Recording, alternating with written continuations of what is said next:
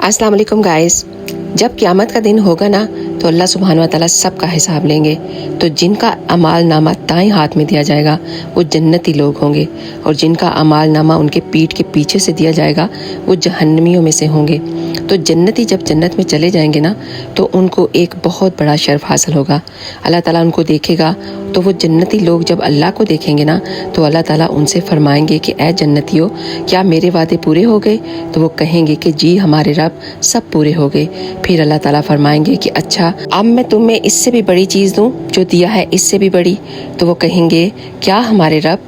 अल्लाह फरमाएंगे जाओ अब मैं तुमसे राज़ी हो गया, अब कभी नाराज़ नहीं होगा।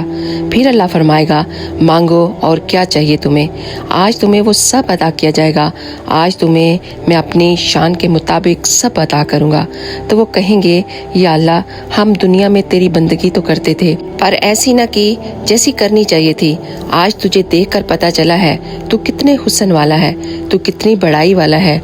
जैसे हम तुझे दुनिया में सजदा करते थे ना नमाज में, आज हमें इजाज़त दे, एक सजदा तुम्हें सामने देख कर करना चाहते हैं, सिर्फ एक सजदे की हमें इजाज़त दे दे। आज तुम्हें इस जन्नत में सामने देख कर एक सजदा करना चाहते हैं।